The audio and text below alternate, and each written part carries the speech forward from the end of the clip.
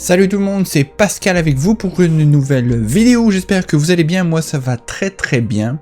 Aujourd'hui dans cette vidéo, on va regarder les sorties Kickstarter de la semaine. Donc en ce début de 5 octobre 2020, on va regarder ce qui sort. Je pense qu'il y en a le 6 et je pense aussi qu'il y en a le 8 si je me trompe pas. Donc on va regarder ça ensemble et voir s'il y en a un qui pourrait vous intéresser. Donc c'est parti. Hop là, j'ai hijack ma propre vidéo, je devais la sortir mais finalement il y a une dernière nouvelle qui vient juste de sortir. Machina Arcana to Eternity, le KS est en cours, il reste 9 jours à officiellement annoncer qu'ils y allaient avec une version française intégrale, incluant les expansions. Donc c'est une très bonne nouvelle pour nos joueurs francophones, ça a été énormément demandé et c'est Matago qui va s'en occuper. Donc Matago a le contrat de rendre le jeu entièrement en français, incluant les expansions. Les codex ne sont pas traduits, donc les deux livres, l'Arcanum et le Aeternum, ne seront pas traduits, mais les deux expansions From Beyond et To Eternity vont l'être. Ce qui est une très bonne nouvelle. Félicitations!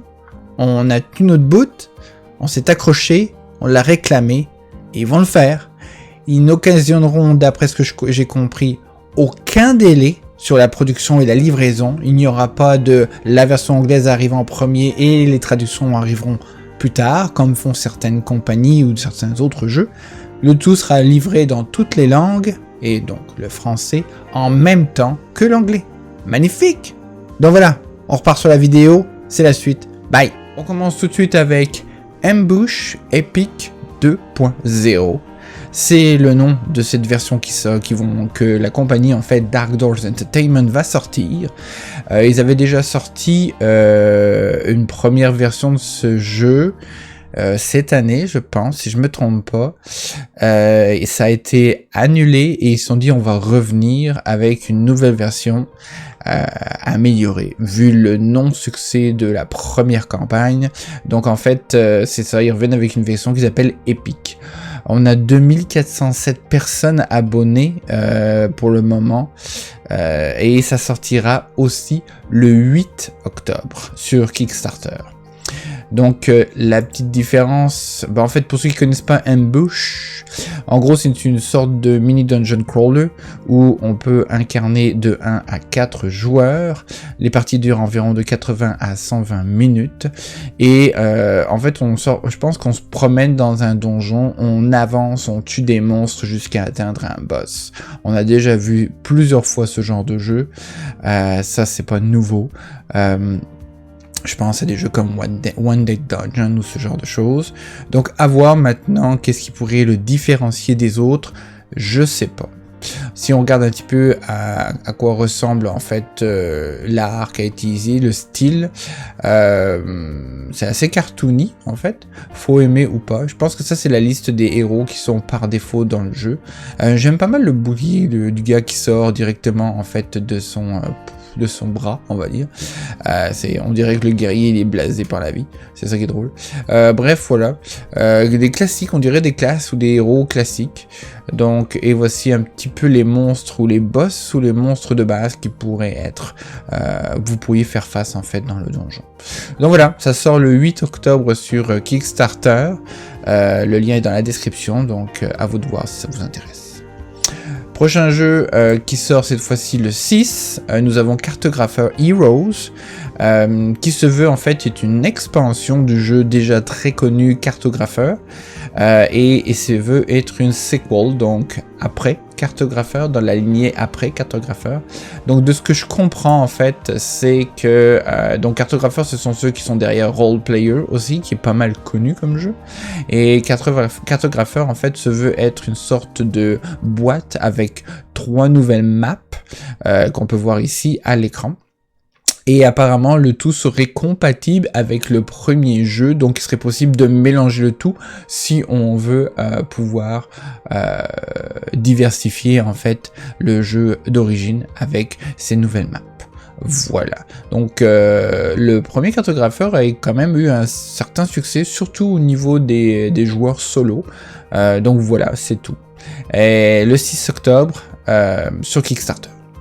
Prochaine chose que nous avons, c'est bon, une sortie de table, cette fois-ci des tables pour jouer, donc Rust Scaler, qui sort une table modulable apparemment, un mix pour, maintenant toutes les tables font pas mal seules, mais c'est une mix entre une table pour manger, en cachant une table pour jouer, où on peut voir peut-être même qu'il y aurait beaucoup, comme il se veut modulable, beaucoup d'options ou de positionnements différentes. Ça sort le 6 octobre sur Kickstarter. Ils vont chercher du financement avec un minimum de 220 000 dollars américains, d'après ce que je peux voir sur leur table. J'ai regardé la petite vidéo, ça a l'air marrant, il y a l'air d'avoir beaucoup d'options. Le seul problème avec ce genre de table, même s'ils disent que c'est affordable, donc abordable, au niveau du prix, ça reste à voir. Les tables, ça coûte toujours cher de toute façon. C'est normal, c'est de la qualité en général. Donc, faut pas s'attendre à avoir quelque chose pour 100 $. Ça m'étonnerait, selon moi. Mais à voir. Donc, ça sort le 6 octobre sur Kickstarter. À voir qui pourrait être intéressé d'avoir une table. Je suppose que, étant donné que c'est une compagnie, je pense qu'elle est américaine, très connue d'ailleurs. Hein, ils font, si on regarde au niveau des, je pense que si on pense au Dice Tower, je crois que c'est le plus gros YouTuber ou la plus grosse chaîne YouTube sur les jeux de société anglophones. Eux, ils ont des tables avec cette compagnie-là. Limite, en fait, je pense qu'ils font de la publicité pour cette compagnie-là aussi. Et ce sont des très belles tables. J'en ai vu quelques-unes dans les vidéos. Elles sont vraiment très belles. Mais je trouve ça exorbitant. Et puis, il faut avoir de la place aussi. C'est sûr que si c'est une table qui peut être utilisée pour manger en même temps, où on peut recouvrir le tout, je dis pourquoi pas. Ça pourrait être quelque chose qui pourrait être intéressant pour les gens. Au lieu d'avoir une table pour manger et une table pour jouer, vous pourriez combiner le tout et remplacer votre table de salon par ça. À voir. Mais comme je pense aussi, et comme je dis, c'est côté du prix. Le 6 octobre sur Kickstarter, voilà. Et on finit avec... non, on finit pas en fait, on va continuer avec Dungeon Drop, Dropped to Deep and Tavern Tales. Donc en fait, c'est une expansion du jeu qui était déjà sorti en Kickstarter. Quand exactement, je m'en souviens plus. Ils disent que c'est leur premier projet créé, sûrement en fait que Jason Mistley a dû changer au niveau de son profil pour montrer que c'est son premier, mais finalement ça ne l'est pas du tout. Mais en tout cas, peut-être pour lui. Mais le premier Dungeon Drop était sorti. Petit jeu assez sympathique, pas trop cher, 16 $ US pour cette version Kickstarter, qui se veut en fait une expansion du jeu de base. Donc on va sûrement avoir besoin du jeu de base. Est-ce que le jeu de base va être inclus à l'intérieur de cette campagne pour pouvoir le récupérer avec la version Kickstarter de l'époque, donc possiblement tous les cadeaux qu'il y avait, je ne sais pas. Mais ce que ça inclut cette fois-ci apparemment, c'est un nouveau co-op mode. Parce que j'ai l'impression que c'était plus un jeu de compétition et il n'y avait pas ça. Et the Kickstarter campaign will combine with your first companion, Tavern Tales. Donc c'est comme un 2 en 1. On a le Drop to Deep et on a aussi le Tavern Tales. Si on regarde ça, on va y voir une petite photo, je suppose. Bref, pas vraiment. Et c'est un compagnon, d'après ce que je comprends, c'est companion game pour compléter le Dungeon Drop Story. Donc apparemment, il y aurait eu un story mode dans le Dungeon Drop de l'époque. À vous de me dire si vous connaissez le jeu et que vous y avez joué. Et ça pourrait compléter en fait le mode story du jeu de base. Maintenant, au niveau des photos, voilà à quoi ressemble le jeu. C'est une boîte en fait, une petite boîte cubique comme ça, où on a plein de petits carrés ou des petits cubes à l'intérieur de bois ou de plastique, je ne sais plus trop. On peut jouer de 1 à 4. Tout ce qu'on fait en fait, c'est qu'on lance ça sur la table. Est-ce qu'il y a une petite photo? Oh, on peut même avoir un arena, ça c'est cool. Donc on lance ça sur la table, je vais essayer de vous montrer une photo, ça aurait été bien. Essayons de voir si on peut voir une petite photo. Donc c'est ça, on lance ça sur la table, je vais voir vite fait, ok, ici. Donc tout se lance sur la table. Ce qu'on peut voir aussi, c'est que avec les cubes gris, on pourrait faire une sorte de triangle et récupérer les choses qui sont à l'intérieur. Et on a des missions. Donc on a plein de cartes avec des items pour upgrader nos bonhommes, les rendre meilleurs, et des missions pour arriver à compléter et faire des points. Donc voilà. Le jeu sera pas disponible en français, mais les règles seront traduites, elles, officiellement en français et même en plusieurs langues. J'ai pas précisé, mais je pense pas que Ambush va être disponible en français. Ensuite, nous avons Cartographeur, qui lui, je pense, avait une version française, mais je ne sais pas s'il le sera pendant la campagne Kickstarter. Donc, à voir. Donc, c'est ça, Dungeon Drop. L'expansion Drop Too Deep in Tavern Tales, qui sort le 6 aussi sur Kickstarter. Et on termine en fait avec, je pense, le jeu qui fera le plus d'intéressés le 6 octobre, et je parle de Frostpunk. Frostpunk sort sur Kickstarter, dans sa campagne sur Kickstarter le 6. Il y a 9338 personnes qui sont intéressées, c'est quand même beaucoup. Donc voilà, le jeu sera officiellement disponible avec une version française durant la campagne, ça c'est certain, j'en ai eu confirmation en fait des auteurs. Je ne sais pas s'il y aura des vidéos de gameplay francophones pendant la campagne pour nous aider à avoir une idée de comment ça se joue, mais en gros c'est l'adaptation du célèbre jeu vidéo Frostpunk. Donc ils en ont fait un jeu de société. Les gens derrière sont ceux qui ont travaillé, il y a des gens derrière qui ont travaillé sur This War of Mine. Ce n'est pas la même compagnie de production, donc on ne voit pas de Awakened Realms en arrière de ça pour cette campagne, mais ça reste que il y a des auteurs des This War of Mine qui sont derrière ce jeu-là aussi. Donc Frostpunk, pour ceux qui ne connaissent pas, et on a leur site, leur page Facebook et leur site, où on peut voir en fait que surtout voilà un petit peu à quoi ça ressemble. Ça se veut une sorte de jeu un peu de survival. On gère le monde a été ravagé en fait par le froid. Avant que le froid n'arrive, parce que c'était déterminé en fait, ils savaient déjà à l'avance que ça allait arriver, l'apocalypse, on va dire. Ils avaient construit un générateur, et dans ce générateur était là pour procurer de la chaleur.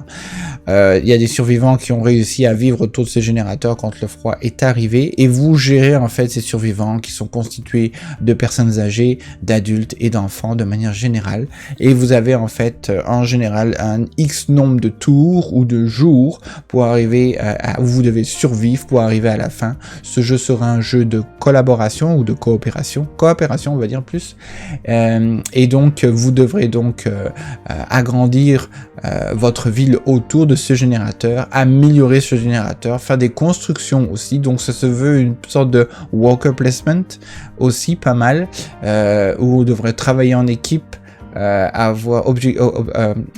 accomplir des objectifs qui à chaque tour vont vous tomber dessus, qui seront généralement pas positifs, on s'entend, si on regarde un petit peu comment This War of Mine fonctionnait, jeu très populaire d'ailleurs au niveau des joueurs solo, celui-ci aussi peut l'être en joueur solo, donc c'était quand même très très dur, donc je doute que ce jeu-là soit facile, et qu'il soit plus dans la même lignée que This War of Mine, mais je le trouve très très intéressant.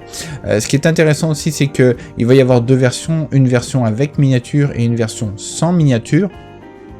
Mais par exemple une miniature sera, d'après ce que j'ai cru comprendre, une miniature sera dedans pour tous les packages, c'est ce générateur.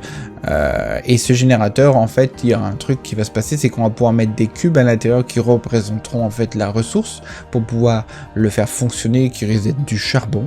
Et à un moment donné T, pendant chaque tour, le cube va sortir, le générateur va sortir des cubes et ils vont tomber en fait. Je sais pas trop exactement comment, on le verra lors de la campagne, mais les cubes pourront tomber du générateur et peut-être que aléatoirement à chaque fin de tour, la consommation du générateur qui n'est pas si extraordinaire ou si solide dans sa conception ferait en sorte que il y a des jours ça consomme plus et des jours ça consomme moins. Je dis ça comme ça, je sais pas, j'invente. À voir. Donc, je pense qu'il va être très intéressant. Je pense qu'il va être quand même assez complexe à voir, mais je pense aussi que c'est la plus grosse campagne Kickstarter qui sera regardée et où le nombre de personnes vont pledger va être énorme en cette date du 6 octobre. Voilà, 9338, c'est quand même beaucoup. Donc voilà, dites-moi si vous connaissez ce jeu, si ce jeu vous intéresse, et si vous allez le pledger. Moi, j'y pense sérieusement, à voir.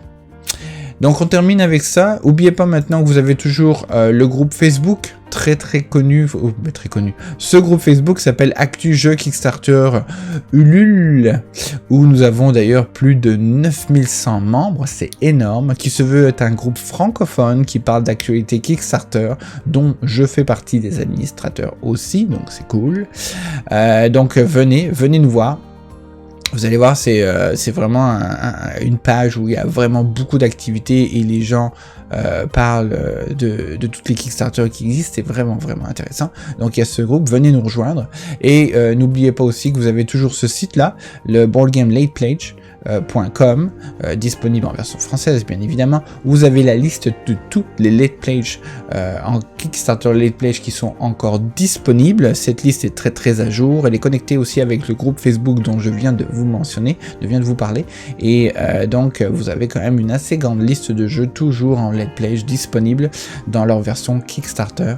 Donc n'hésitez pas à aller regarder ce qu'il y a là-dedans pour voir s'il n'y a pas quelque chose qui vous intéresse et que vous auriez peut-être manqué, mais ce serait donc l'occasion de pouvoir aller le prendre dans sa version Kickstarter.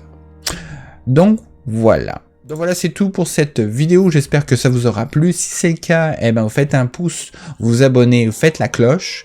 Et sinon, dites-moi ce que vous en pensez, quels sont les Kickstarter qui vous intéressent, mettez-moi ça dans les commentaires. Je vous propose comme d'habitude 2 autres vidéos à regarder à l'écran.